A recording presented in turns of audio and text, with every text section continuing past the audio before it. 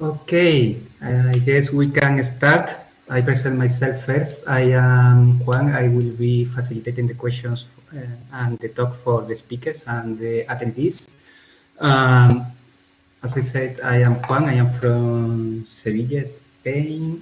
My handle in IRC is Vegeta. You can pick me to read the question at the end of the talk to the speakers. And I present them. They are Manufactura Independente. They are Isabel Carvalho and Ricardo Lafuente. Their talk is titled Manufactura Independente, 10 years of designing in the libre. They will be presenting the team behind Manufactura Independente. They are based in Porto, Portugal. Manufactura Independente is a research studio for design and graphic communications. They are focused on free software, free culture, and critical engagement with design tools. If you have seen recent annual reports from the Free Software Foundation, then you have seen their designs, and you have seen that designers don't need to compromise their freedom to create beautiful work. Ana and Ricardo will celebrate the 10th anniversary of Manufactura Independente with a look back at their work, their tools, and how free software ideas came to redefine their design practice. You can start. Okay, thank you so much, Juan. First off, so yes, we're Manufactura, and presenting the team, it's the two of us, Ana and Ricardo. We're based in Porto, and we have university training as designers, and we were led to free software by the end of a tool that we were using in college, Freehand, and from there we kind of got into the rabbit hole of alternatives to proprietary software, which took us to free software and kind of completely redefined our practice. So like Juan said, we've started 10 years ago, and we are actually really humbled to be celebrating this with the FSF and the free software community at LibrePlanet, because the FSF is pretty much the clear organization that made many avenues of our work happen. And would like to share with you some of the moments in our history where we tried and we found interesting connections between design, the graphic arts, critical practice, and free software and free culture. The first thing that you do as a designer who wants to switch to free software is switching your tools. But when we started, like I said, we started because freehand was gone, Illustrator was the only option, and we realized that we needed to get a bit out of this dependency of corporate decisions from the other side of the globe. And we realized then that switching to free software is definitely not just about switching tools and being as good as the regular designers, but going beyond the premises of proprietary design, if I can call, or traditional design that's based on copyright and individual authorship. And so the premises of free software development practices, collaboration, and sharing were instrumental in showing that other design decisions are, other design directions are possible. And this, thankfully, 10 years later is still a thing. We are happy that other design studios are also leading the way around free software and design and their crossings. And so yeah, we'll start our showcase of work with LibreGraphics magazine. LibreGraphics magazine is a print publication that we published from 2010 to 2016 together with Ginger Coons. And it started because we wanted to showcase, we wanted to have a place where we could showcase the wonderful work that was being done by designers, artists, and other practitioners that were using alternative tools to create graphical work. And we wanted it to be a print publication because it was very important to prove that you could print professionally using free and open source software. So that was one of the main motivations, to have a physical object that you could show to everyone, and that would be a proof that you can actually do a print publication using Libre tools. Our premises were simple, I would say. Use only free software to produce the magazine. So our full workflow was using free tools, and we would publish it with an open license. So a few months after we published the second issue, we saw that there was a not pirated official reprint of the first two issues, and we were very happy to see people using the content, which was also one of the purposes. This is issue number 0 that we quickly put together, the two of us and Ginger Koons, during LibreGraphics magazine, during the LibreGraphics meeting 2010, which is this annual conference around free software for graphics. And it was the kickstart to the actual magazine. So a few months after we published this small issue, we decided to take it on as a full project. And behind our motivation, there was also this heritage of design magazines that we were used to while we were studying. So we had I Magazine, Emigre Magazine, and other publications where you'd have this strong focus on the process. So it was not only about creation or the graphics themselves, but how you think about it and how you organize your projects.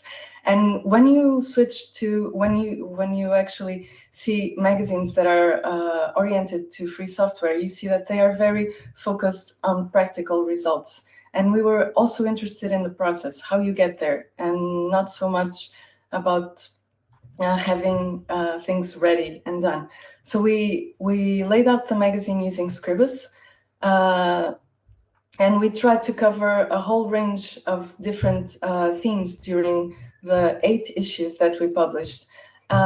Each issue would be a space to experiment with new tools. So we were using command line tools like ImageMagick. We were trying to automate everything that we could, because we were a small team of people putting everything together, though a large team of contributors to which we are very thankful for writing and contributing content.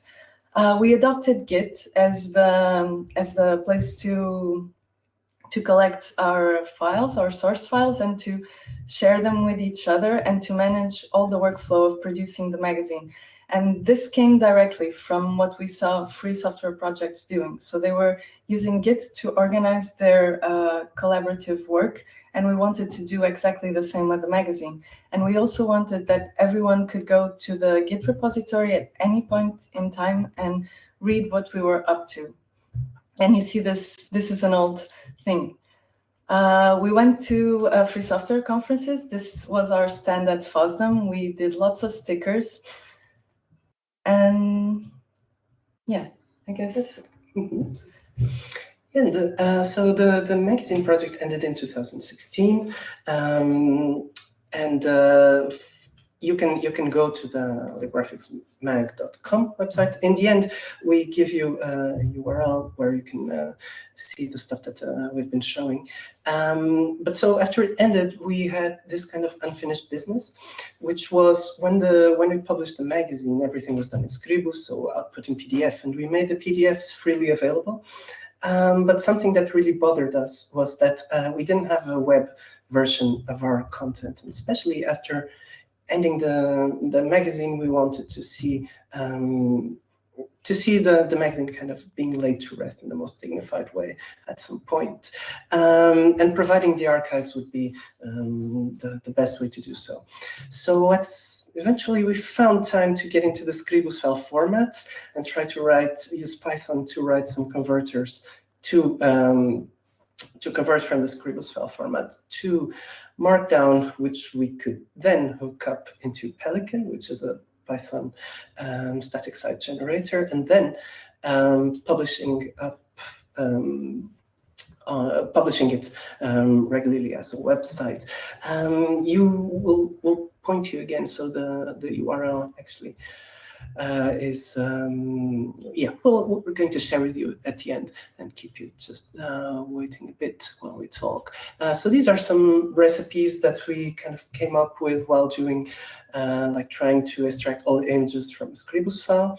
And using Pelican, we created repositories and we created a website where all the content is now properly indexed, and you can look into everything instead of having to leaf through a PDF, which is hardly an optimal reading experience. And we're kind of really happy in the end that we managed to put everything in web format and kind of getting into a raw format away from the clunky PDF format, which is great for displaying and seeing things, but kind of not good for storing raw content and presenting it or allowing it to be used in pipelines. For the LibreGraphics magazine, when we put together the first issue, we wanted to have a typeface just for the magazine, as you usually do. But we didn't have enough time, so because we were using free software and also free fonts, Libre fonts actually, we decided to remix an existing font, Libre font called Not Courier Sans, which was designed by a Belgian design collective called OSP, and we decided to make this our font. And a Not Courier Sans is a monospaced font. And for our version, we decided to make it proportional. So we called it Prop Courier Sans. And that was our main edit for the first version of the typeface.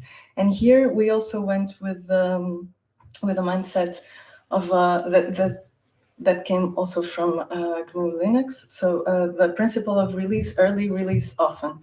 So we decided, okay, we cannot make it, we cannot finish it for the first issue of the magazine, so we will improve on the typeface as we go through each issue. So this was our first version.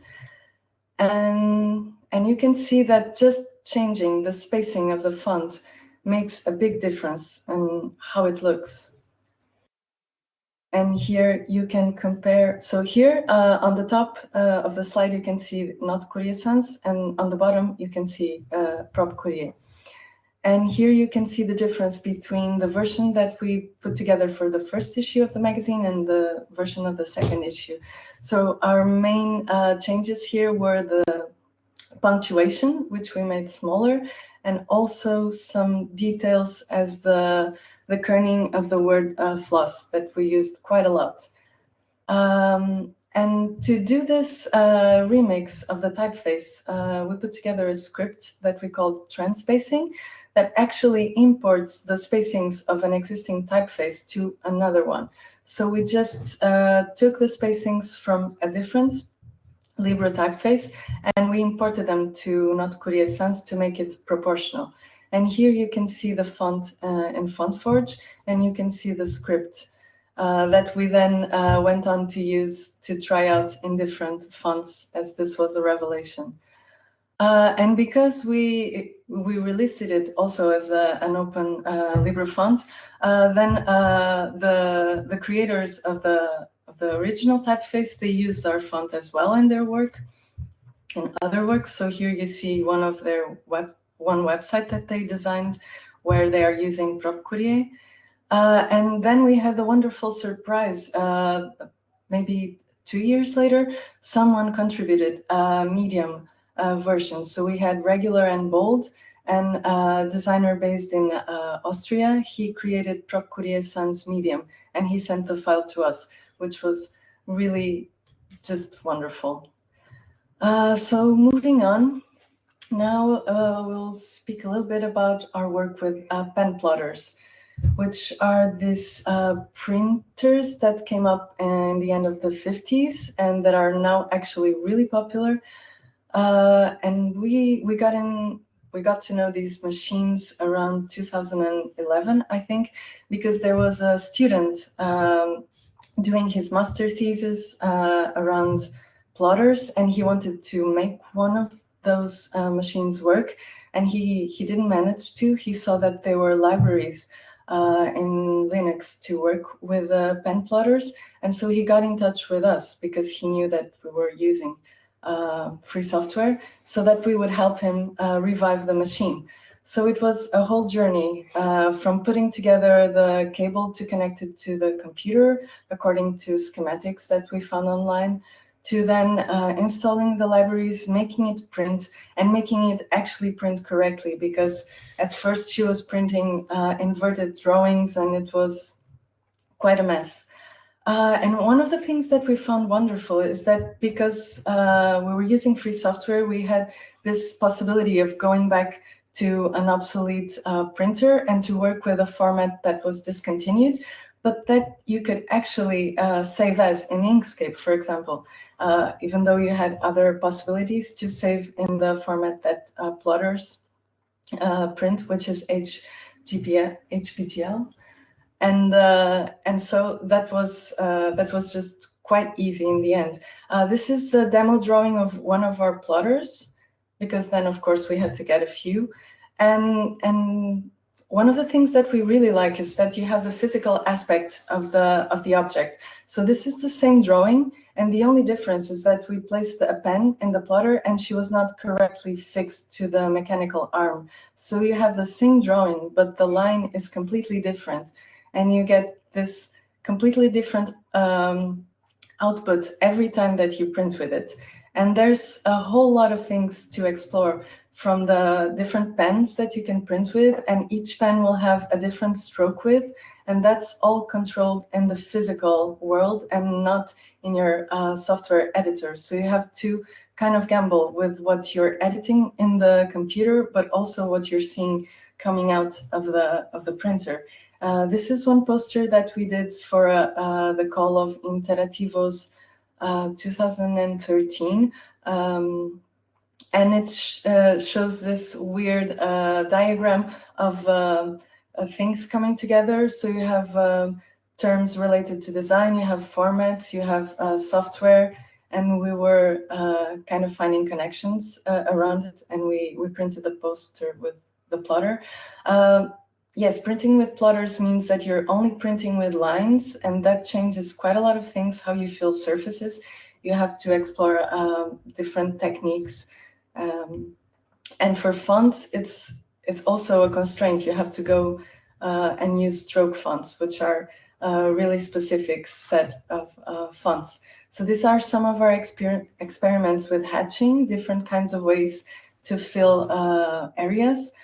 We also took the chance to design a few typefaces, thinking of how to draw a line. And here again, you can see that in this print, for example, we were using a pen that was that had almost no ink. So the places where the lines are stronger are the ones where the pen spent most of the time. So in the endings of the letters and the intersections, and that all made a lot of sense while exploring this new medium. So we also printed a few specimens for typefaces using the plotter, and did a whole series of experiments because it's kind of addicting. And this is some of the most recent experiments. I will not go into much detail because it will take time, but you can print with white, silver, and etc. Right, yeah, I'll check this one. We'll go back to it if we have time, because it really depends on how many questions we'll have later, and maybe we'll go back to that, but we have to take on this one. So another typographic endeavor of ours was a big project called Cejeria, which was developed with Media Lab Prado. Absolutely remarkable institution, cultural institution in Europe, who has been working the intersections of free culture, participative democracy, collective building processes, and free software. I'll get back to them later because they've been in the news for sadder reasons, but I'll just show one of the things that we've developed with them. So when they moved into their current building, Media Lab Prado, I think this was in 2012, they were in this gorgeous this gorgeous early 20th century building, which had these amazing letters on stone carved letters. And they wanted not only to develop a typeface based on these designs, but also not only make it free to free as in freedom, but also create it collaboratively in an open and free, genuinely collaborative process. We developed a workshop format that took 3 days to develop this typeface in Media Lab Prado. And I'll go through a bit some of the phases because we've drawn from a lot of software development methodology to make this happen. So there are a few problems when you want to design typeface together with other people, which is first, how do you synchronize everyone kind of working on the same style? How do you make decisions? And how do you collaborate? How do you actually kind of walk along the same paths in order to get into a final result? So the first thing that we did in the workshop was having everyone start sketches based on the letter form pictures that we had, and then we got into part of the workshop that software developers will probably find familiar, which is the BDFL part, which is the benevolent dictator for life role. At some point, we had to look at possible directions and make a decision, and we can make that collectively. But that has one thing, which is it takes a lot of time and skill to actually get to a consensus. So we just really decided to assume and tell everyone, if they agreed, of course, that we would be benevolent dictators for life and make our decisions, explaining why. And we would pick the drafts that looked more interesting, so that we would then pick that one and go on making other characters like people are doing here. At the end of the first day, we actually had two kind of complete typefaces, complete in all caps, no lowercase. So this was one, and this was the other. We also found that the carved stone letters, after some inspection, they are not actually a font in the sense that the letters are exactly the same. They would be kind of squished or more condensed, as depending on the line and how crowded the composition was, which was pretty remarkable, like a very artisan feeling to that, like no two A's were like. So we went with two different typefaces, and then after deciding this collectively, we went to finish the character sets. We digitized them with Inkscape, and then we like converting them into vector files, SVG, with Inkscape, and then used FontForge to pass those SVG into font files. We used the tool that Anna outlined a moment ago, transspacing, to actually borrow the spacings from an existing typeface, which is something that you can only do with the open like fonts have this specific license, the Open Font license, which is actually a copyleft license. And this is actually the thing that allows us to do this, like get the spacings from another, on this one. With proprietary fonts, you cannot do this. You pay for them, but the EULA almost always will forbid you from modifying and publishing modified versions. So this is one of the cases where the non-proprietary approach really brings you higher agency in your work, and this was something that we've always been delighted about. And these are the final designs. So Serreria Sobria was one of the weights, and Serreria Extravagante was the other. We were pretty successful with software, with the software that was running on people's computers. There were 30 people, and there, of course, you know that it's always a big deal getting different operating systems to play along with, especially with design tools like Inkscape and FontForge.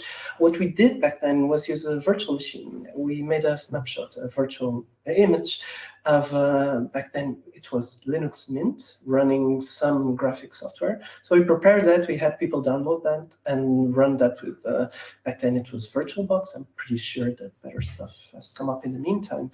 And so everyone had this desktop. It worked really, really well. And Also, for some people who never touched free software desktop, this was a really good selling point to show them and have their computers show them that not only can it run, it looks really good. It can be very clean compared to the kind of current trend of operating systems with telemetry and what have you. So this was actually really successful, using a virtual machine for providing workshop participants with the necessary software. And of course, Media Lab Prado. Well, not of course. Media Lab Prado, as a special institution, not just picked this up and ran with the fonts, but by ran, I mean, they really ran a lot. Not only did they employ it on their fab workshops, they did exhibitions about their identity using this Serreria typeface, and this @ is one of our favorite things about the whole typeface. They made their own signage with the typefaces, and Colectivo Gráfica Libre, which is also a design studio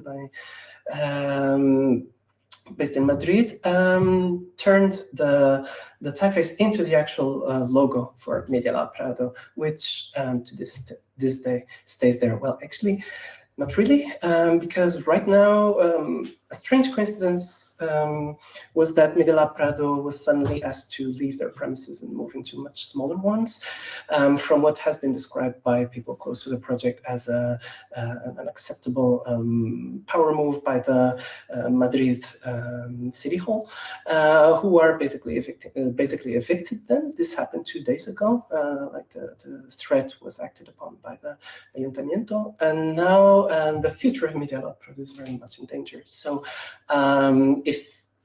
if you're in Europe and you're anywhere close to the arts, and especially arts and technology, you certainly run across Media Lab Prado.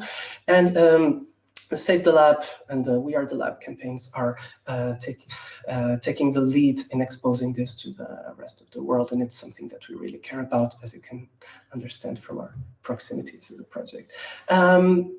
Now, this one. So from there, we developed another model of workshops. We realized, okay, not only can we collaborate to make a single typeface that works, we kind of can set up physical version control where people, that worked really well, the methodology. So we decided to take it up a bit further and develop the workshop model to make a full typeface in one afternoon.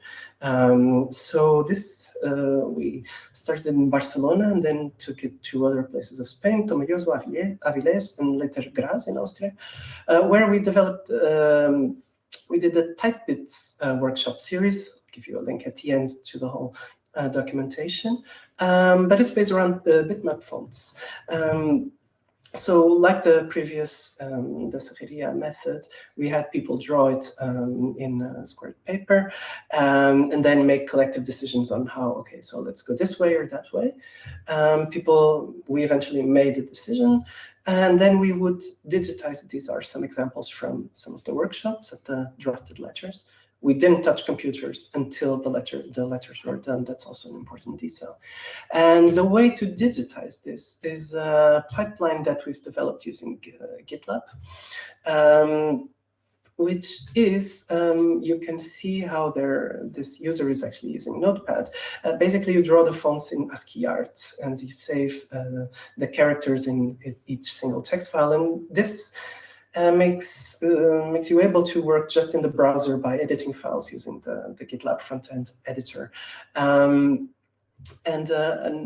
this is one of the results. And this is kind of a refinement that we made later out of one font that came out of the workshops. And this is another. But something, and this is the documentation site, which we'll give you the link for in a moment. But one of the interesting technical details is that we've employed the continuous integration tools of GitLab to generate not only the fonts themselves based on the text files. So basically, you just need to make the text file. You commit that the folder with the characters in ASCII art, and it builds the TrueType OpenType font file for you, and it builds a specimen HTML version of the type specimen. And we were really pleased with that workflow, because fonts like these two were made in an afternoon with groups of 7 to 8 people. And it was also a great introduction to Git, because it's always the kind of thing that it's difficult to put new users using. I mean, especially if you're coming to a group of graphic designers. And it's also a really useful tool for the kind of work that we do, because it goes through lots of different versions. So this was a really wonderful way to introduce people to version control also. And now I'll just briefly go through a tool that we are presenting here for the first time. I mean, we made a tweet about it in Mastodon in August, I think, but we didn't actually present it publicly yet.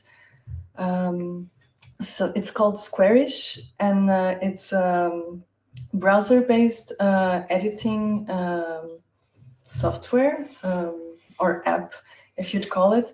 And we made it using Paper.js, so you can just open your browser, and we'll give you the link so that you can try it out. And you don't have to install anything, and you can draw vectors in the browser. And we wanted to have this for ourselves, so we wanted to be able to draw with a fixed set of tiles and explore this almost Zen-like editor that would only have the tiles that we pick, and a color palette that was also limited. So that was our two main points when building the tool. And this is an early version of it.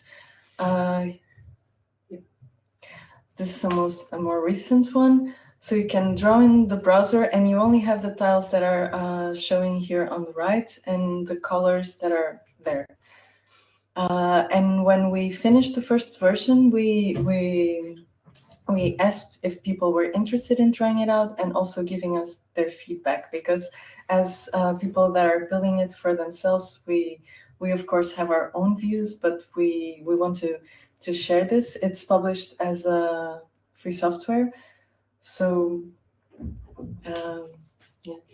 so one of the interesting directions of this kind of, when you make a tool, is the beautiful uses that other people make of it. So we've actually, out of the blue, we tried sending it to Polydux, who is an artist whose work we're really huge fans of, and who was also a big inspiration to start the Squarish tool. So, and not only did he give his blessing to what we were doing, he actually sent us some incredible graphic experiments using our tool, and these are two of them which make us smile a lot. We're also really happy at Mastodon. Like friends started coming back at us with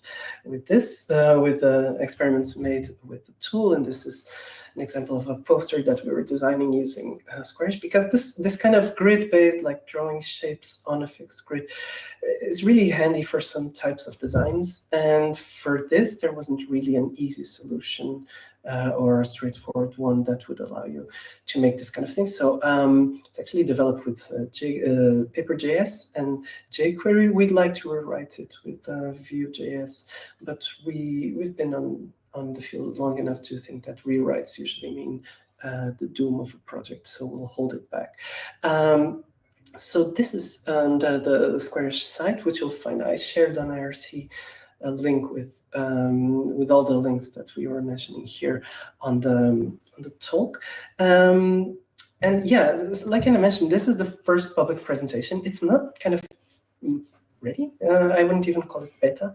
I wouldn't really call it released. So it is really unreleased, and we'd like you to think that we're sharing it with you in a kind of friends in a fireplace setting where we share it with you. We have, well, if you must spread the word, please do. But mostly what we'd like was for you to try it out and see how you like it. And then eventually, if you want to get back at us and point out some really weird bug that you found, we'd be super grateful. But yeah, so this is kind of also promising new direction that we're taking, making our own tools. We're also really excited with the potential of toolkits like Paper.js and others. to make visual outputs and enable other ways to design. Yeah, and there is a GitLab repository, of course, which you can find at gitlab.com/Manufactura Ind, and then you'll see all our stuff, our public stuff. There is a GitHub one, but we're trying to migrate, so GitLab is nice. So right now, I think we're 10 minutes away from the end. So if there's questions, we will. We're happy to get back to them. If there's not enough, we can go back on the slides and pick up on a couple of works that we didn't show for the sake of time. Yeah, you can actually ask, because we have the IRC window open, and we can save Juan some work. Okay, so.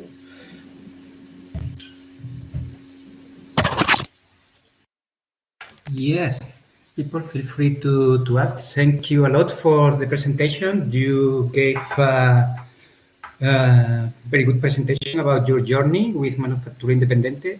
A lot of beautiful topics that we covered, like the Libre Graphics magazine, the plotters tools, the free fonts. You got prize in the channel about the fonts. They say they are lovely.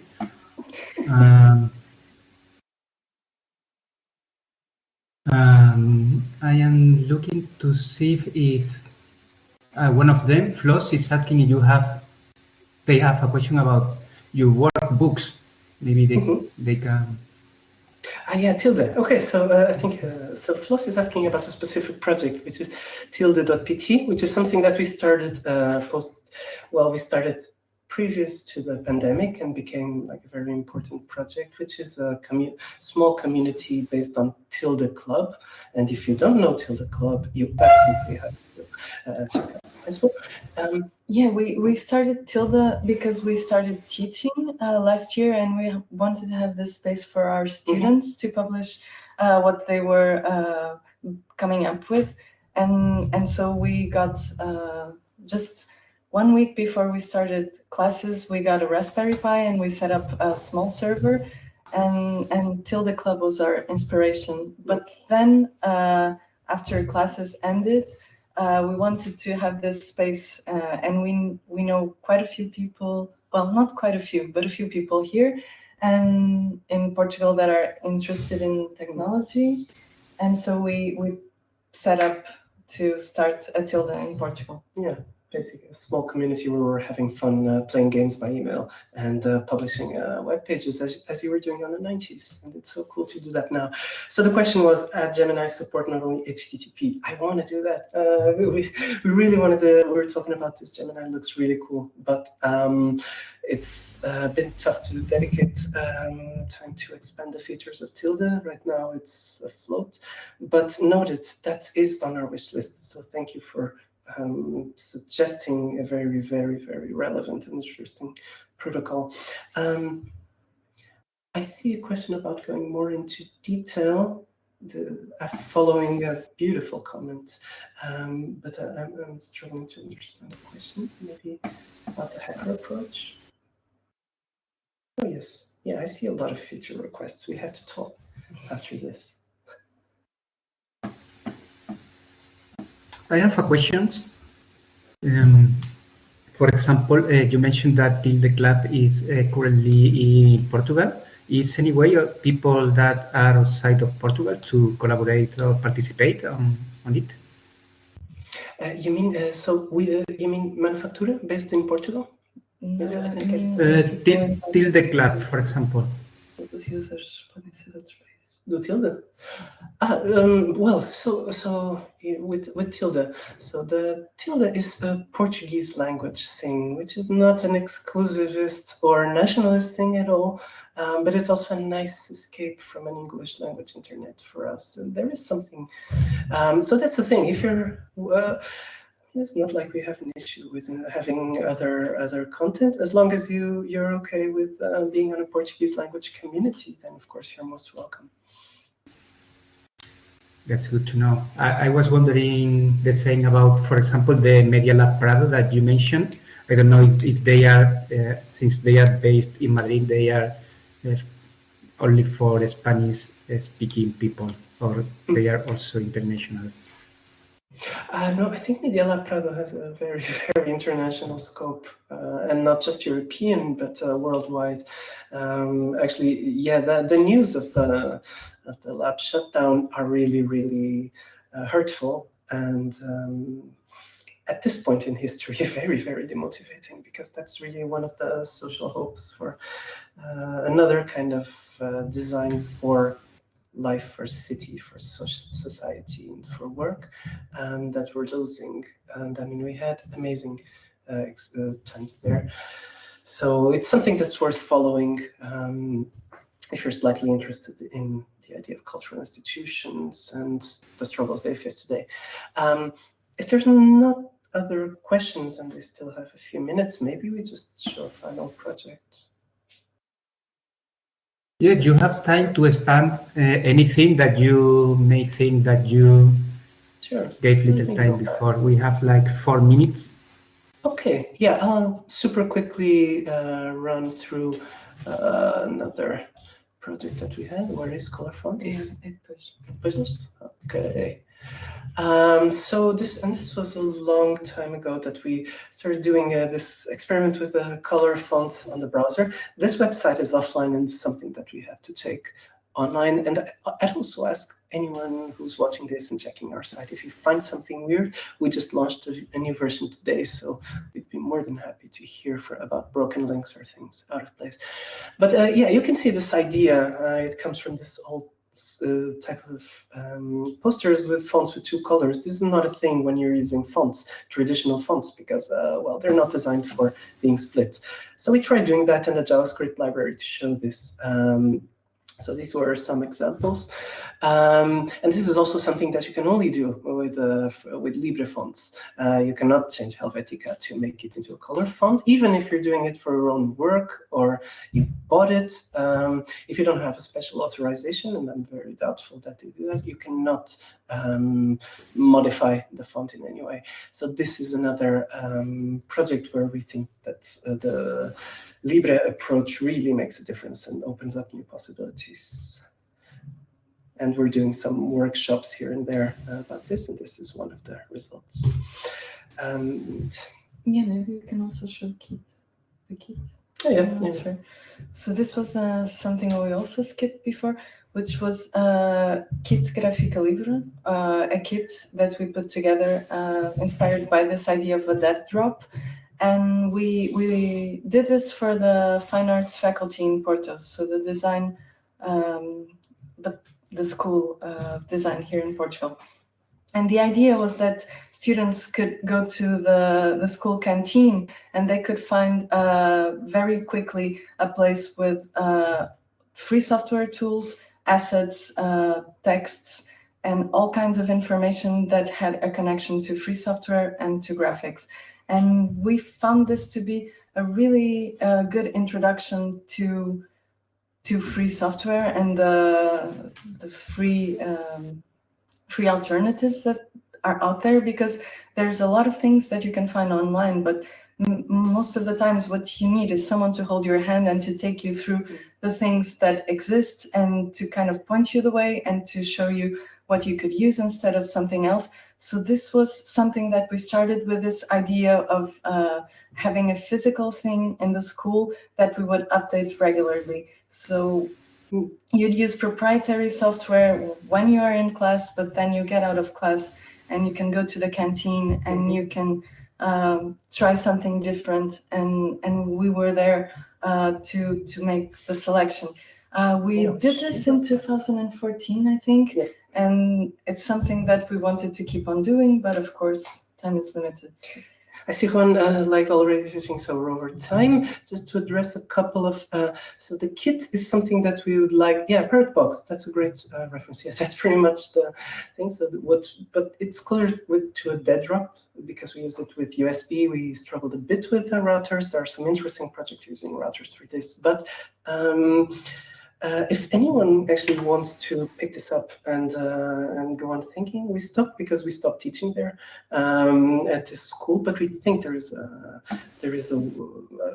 an appeal to this kind of project to provide a full set of materials for anyone who's interested in free culture. Can 26 people design a font in under 2 hours collaboratively? That's a great challenge, and I'd love to take that up. I think it is. I would say it is. We can try someday. Let's talk. Ricardo, Anna, I think we are over time, so we may be cut off, but we can continue with answering the questions if you are okay with that. Or you can continue over the channel on IRC because people are now sending the questions. Sure. So I want to thank you very much. Yeah, thank you. Thank you. And thanks for watching. You're welcome.